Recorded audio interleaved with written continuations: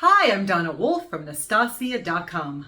I'll show how to join two yarns together using a splicing technique known as the Russian join, which does not contain knots. Sometimes knots are great with heavily used blankets, but sometimes with finer delicate items, knots aren't very appealing. So splicing the yarn together is a better option. First, I get my 2 yarn strands ready, and I'm threading the pink yarn with a yarn needle. I find it helps to flatten the yarn between my thumb and pointer finger as I thread the yarn through the eye of the yarn needle. This next part is not an exact science, and it might vary depending upon the type of yarn being used. But generally speaking, the yarn needle needs to go back through the center of the yarn strands, specifically through the plies or twists in the yarn. Some yarn, the needle can go right through like a car through a tunnel. And some yarn, like this one, I kind of have to weave the yarn a bit in and out of the strands to get it to cooperate. Some yarn is so soft and loosely plied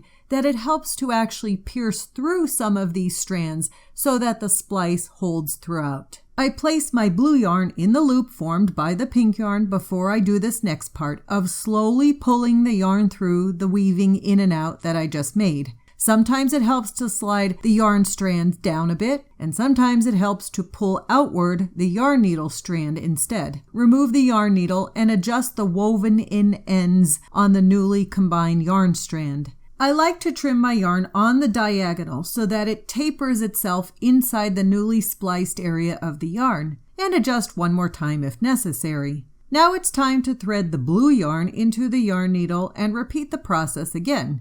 As before, there is no exact science of how much yarn strand to weave in. 2 or 3 inches is probably the minimum in most yarns, but some might need less than that, while others require 4 or 5 inches of splicing to hold securely. As mentioned before, sometimes it's easy to push the yarn needle right in the center of the yarn strand, while sometimes it helps to weave in and out, and other yarns might require actually piercing the yarn plies to get everything to hold securely. After the weaving part is done, it's a matter of pulling and tugging on the strands to get them to straighten out, as well as to get them to maintain a relatively typical looking twist in the yarn at that spliced area. That's how I join 2 yarn strands using a splicing technique known as the Russian join for yarn.